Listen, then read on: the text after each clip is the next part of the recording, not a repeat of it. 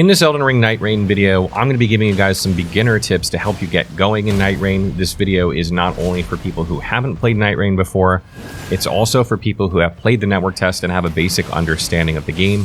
So some of these first tips are going to be for brand new players and a refresher for some of you who haven't played in a while, and then some of the later tips in this video are going to be kind of helping you as you make your way through the game in order to get the most out of it. So the first tip that I'm going to give you that you'll kind of figure out eventually is that there is a training area in Roundtable Hold that allows you to learn the moves of characters, practice with different weapons and skills, and sort of refresh your memory. If you're coming from Elden Ring and you haven't played Elden Ring in a long time, you might recognize some of these things, but other things you won't. And as you make your way through the game, you have limited time to look at what you're picking up. So it's a great way to learn the character's skills before you go out on the landscape and are not trying to figure it all out on the fly. You can do this in Roundtable Hold and spend time there in order to become more proficient with the characters, skills, spells, etc.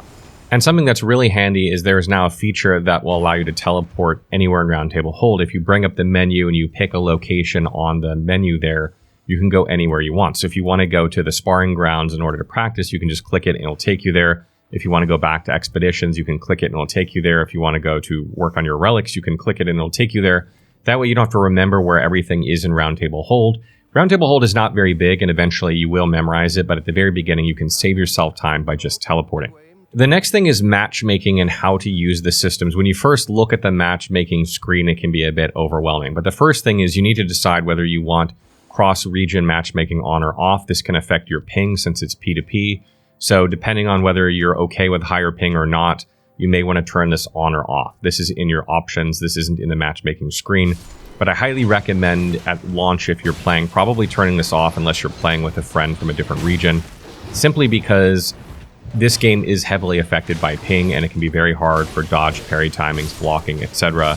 if you have 200 to 300 ping. Secondly, you can set options here for a group password or a matchmaking password.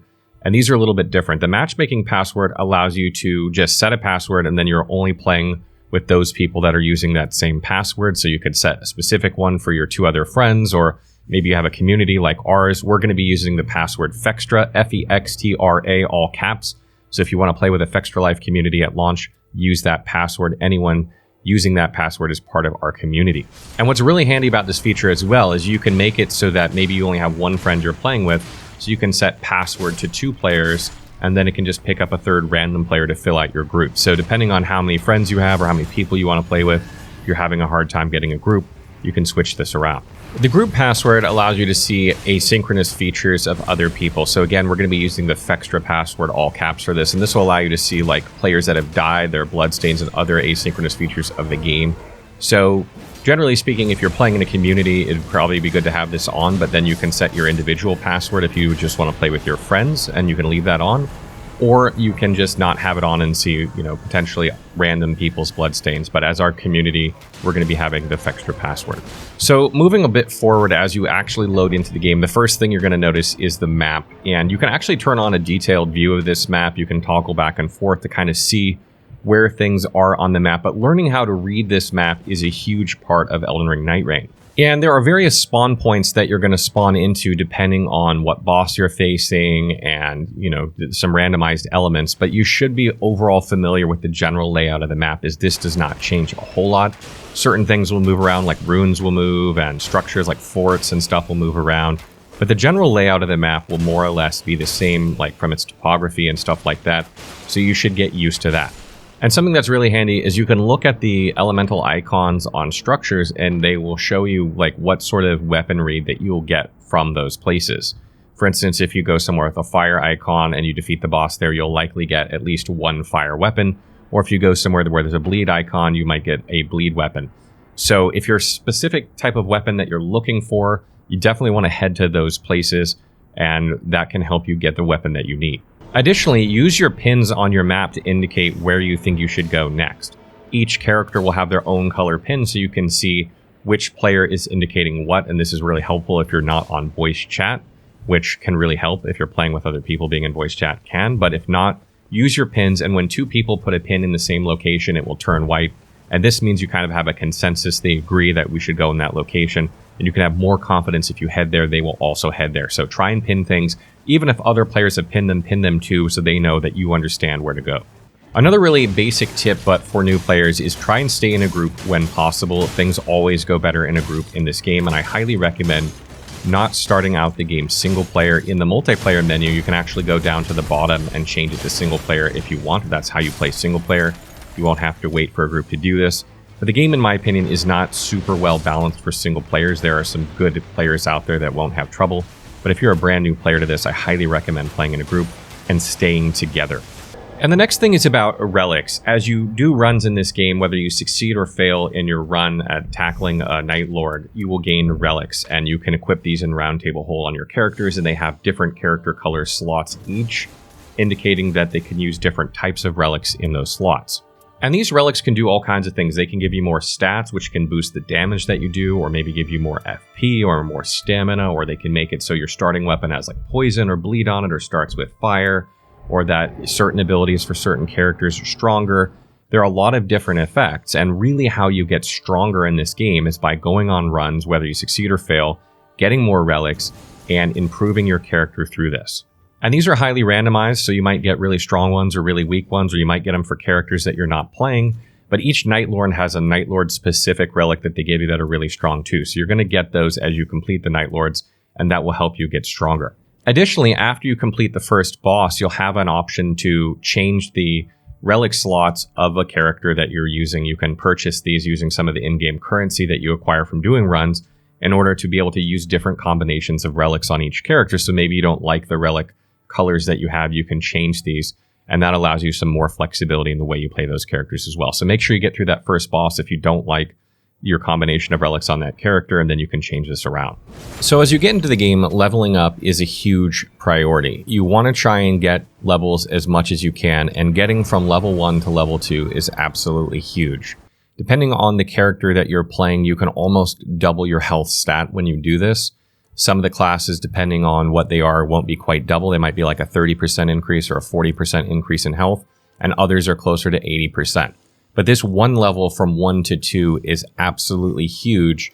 So your first objective when you load into a map should be kill a couple of enemies really quickly, find a Site of Grace, and get to level 2 before trying to take on anything substantial, because this can improve your survivability drastically.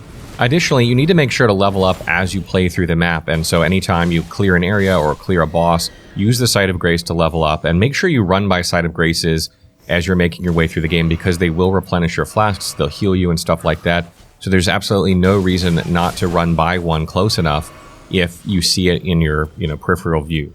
So keep an eye out for Site of Graces, try and get that first level as soon as you can, and remember to level up as you play.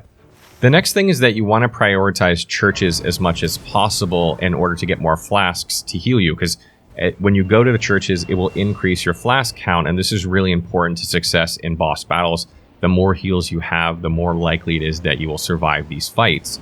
So anytime you can go to 2 objectives, if they're the same distance away, if one of them is a church, you should always head to the church.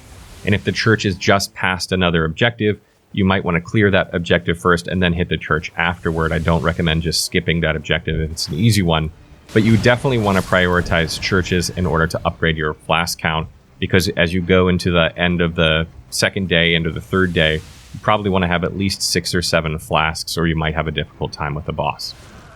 Another really good tip is that you should probably avoid easy enemies whenever possible, except, as I mentioned earlier at the very beginning of a run, clearing a couple enemies really quickly can wipe them out and get you a level or 2, or in instances when you can use like Guardian's ultimate or Iron Eye's ultimate to just wipe out a bunch of easy enemies quickly. That can be a great source of experience, or maybe some dropped items if you have Iron Eye in your group.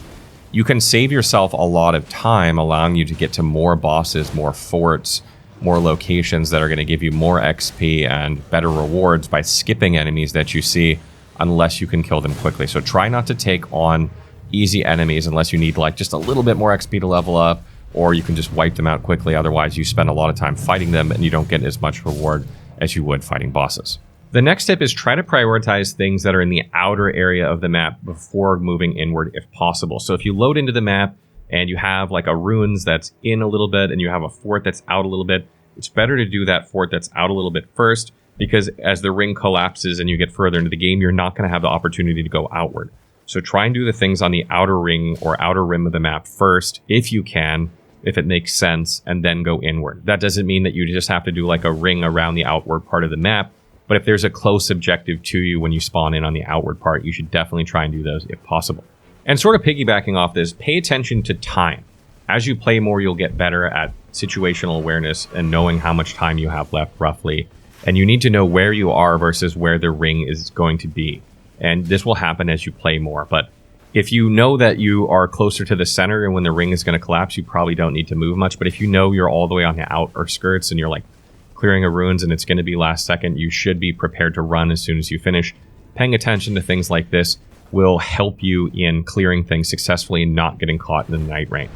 The next thing is that Bleed, Poison, and Scarlet Rock are absolutely king in this game, and I highly recommend trying to get some of these weapons as quick as you can. You can use the map to see these icons in order to go to these locations, but it's very, very important in order to get these because a lot of times during boss fights, you simply don't have a lot of windows to attack, so Poison and Scarlet Rock can keep ticking away at the health of a boss while you stay safe and aren't trying to be super aggressive. And again, bosses have higher resistance in this game than they do in Elden Ring. It's to account for the fact that you're going to be playing in a group most of the time. So when multiple people are trying to apply Poison or multiple people are trying to apply Bleed or Scarlet Rot, you trigger them much more often. So it's good to have them across your group when you can.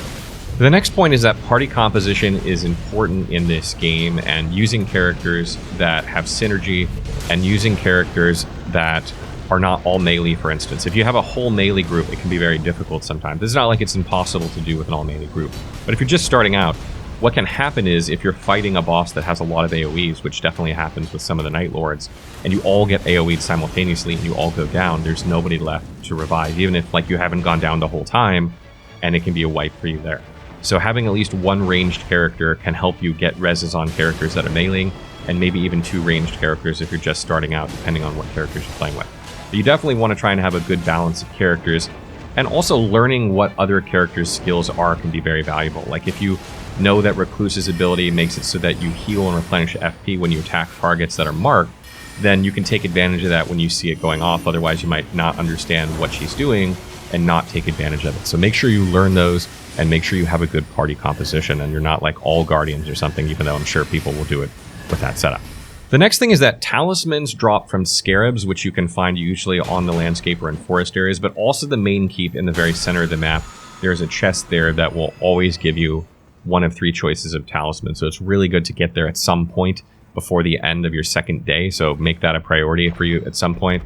And this can be really, really helpful because there is really no other way to get talismans other than from merchants sometimes, and those aren't reliable. So these are the best reliable ways to get them, and these can make all the difference sometimes. Sometimes they do nothing for you. You know, if you can get like a green turtle talisman or warrior jar shard, something like that, it can be really, really strong. The next tip is that you should definitely learn the resistances of bosses. When you load into a map or when you're in the matchmaking screen, it shows you what each boss is weak to. These are the Night Lords. So you can kind of figure that out from there. But also each boss that you're facing, whether it's a landscape boss or an end of day boss, they all have resistances and weaknesses.